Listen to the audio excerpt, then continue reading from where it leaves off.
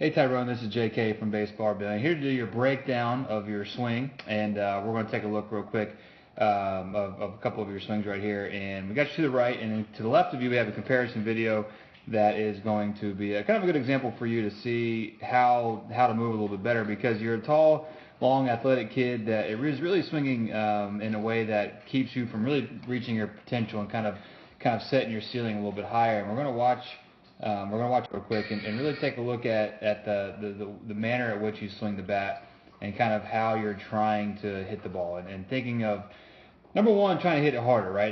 That's what everybody wants to do. And number one, hit it harder in the air more. So a lot of your swings were kind of low, back of the cage, middle of the net, kind of like you've been taught over and over again. And unfortunately, at best, those are singles. And you came to us wanting more power and more lift in your swing. And this is what we're going to talk about, is how to do that.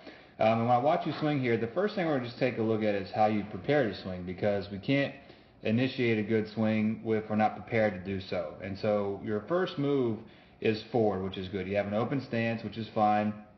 Yeah, I kind of like the more narrow stance that you have.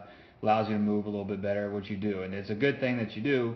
And the problem is, though, it's kind of how you do it and where you get to. So once you get going forward here, you really lean on that front side, like your head gets really out in front, well over and past your belly button. Okay, so your head is almost fully over that your front knee, your left knee, and you're very aggressively on your front leg, on your front side. Okay, and that's one of the first problems is kind of how you get ready, because you're definitely getting prepared to swing hard, but the problem is the angles and the postures you set up at the beginning don't really allow you to do the things you want to do, like swing up and get behind the ball and things like that. So your comparison video is actually of a kid who's younger than you, hits the ball further and harder, and what you're going to see him really do in the same manner, or the same process as you, is try to get loaded to swing really fast. You're actually going to see him do some pretty different stuff. So you're going to see him turn in, and what he does right here as he goes forward, he's really trying to show his back pocket. So you can see his back pocket, you can see a little bit of his back shoulder, and what he's doing is basically coiling.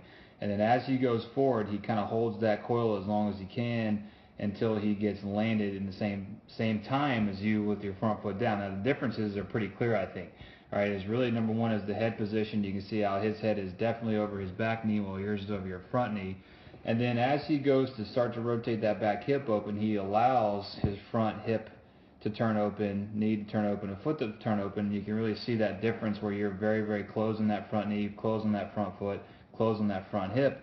Everything's closed, and if everything is closed on that front side, it's very difficult to really go with our hips. Now he's a little bit more gone than you, so as you start to turn your swing, your hips do rotate, but you can see how you're landing on that closed front foot and front knee, how much stress that's going to put in your ankle and knee joint and hip joint as well, which is not going to maybe cause injury right away, but over time is going to put some wear and tear on those joints, which just isn't going to be safe for you, and not to mention the power that you're going to lack because of it. Because if we take you to contact, you're going to see how much of the front of you we can see. We can see the front of your shorts, we can see the front of your t-shirt, whereas if we take him all the way to contact, all right, we can see how much more rotation there's been before or right at contact. Okay, and so and a lot of the other things that he does kind of at the beginning and middle of his swing come from his ability to get prepared to swing at the very, very start, and kind of during his load. The next thing we're going to talk about is the rotation to the ball, and looking really more at your footwork right here. Again, you can see him land very open, like we mentioned, but also very straight. You can see his heels are in line here, whereas your heels are pretty close, but we can definitely see your front foot is a little bit more towards the second baseman than your back foot. And so what that heel alignment for Kyle right here, it really allows him to rotate very easily from his hips. Any inward step that we might have is only going to make that a problem. And then as he rotates through his swing, you notice his back foot releases off the ground in the same way that your back foot would release through a throw. Just kind of allows the body to turn further and let the hips again rotate a little further. Now it catches his body weight at one point, so he's here and nice and balanced, whereas we can see your back foot, there's some movement there, but again, it's very unathletic, and your upper body is really doing a majority of the work at this point anyway. So even though your hips do rotate, your upper body is doing, I would say, probably 90% of the work, which is never going to equal to the maximum amount of power or force that you can create. So really from the waist down, you're operating pretty inefficiently, which leads to your upper half having to cover up and do the work that the lower half is not doing.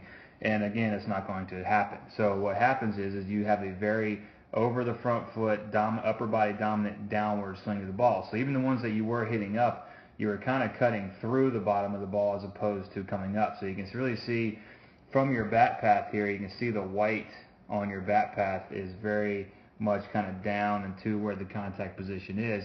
So that blur that we're seeing is good. Like we want blur. Blur means that the bat is picking up speed, but the problem is that it's happening way out here in front of you, beside you and in front of you, so the bottom of your swing isn't really until out in front of you somewhere, where maybe if your timing is perfect, you might, drive the ball in the air a little bit, but you're never going to get the launch angles and the power from that. And so with this head position setup that you see Kyle at, he's got his bat at a nice angle, his head's over his back leg. What he's able to do is really turn the bat more this way behind him faster, and then pick up that speed behind him. So you can really see the bottom of his swing is back here almost by his back knee. And this is a low pitch, but pitchers are trying to throw low pitches and induce ground ball contact to get easy outs and double plays.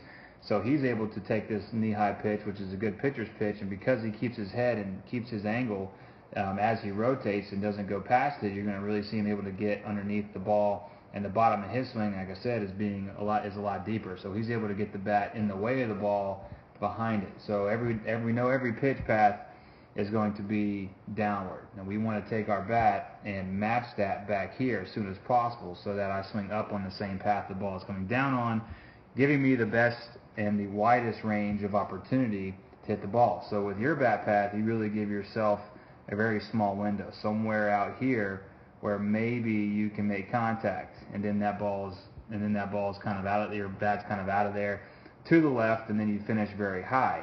Whereas Kyle gets really low in the back, drops that back shoulder, bends in his side bends really well, and gets his bat behind the ball somewhere back here. So his area of contact could possibly be somewhere from here to here, right? And which is a much longer, wider range of contact positions. And then he continues through that zone for a very long time, and then he finishes very low. And you can see the angles at the end of our swing here. You're going to see Kyle with a very heavy back leg supported body weight position, whereas we can see you in a very head over your front leg, very forward head position, kind of being held up. I would say probably 50-50, but again, it's just kind of angles and how you create bat speed on those angles that gets the bat in the way of the ball early, picks up speed, and then allows you to hit the ball hard and lift it as well. So I'm excited with the potential there, with your athleticism and the overall look and feel of your swing as far as the intent. Like, you're definitely trying and you want to hit the ball hard,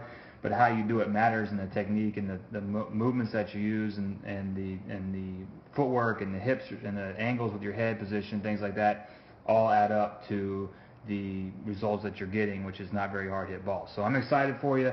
I hope you enjoyed this analysis. If you have any questions, please let me know, and I look forward to seeing what you guys come up with from this first drill that I send you guys. Thanks.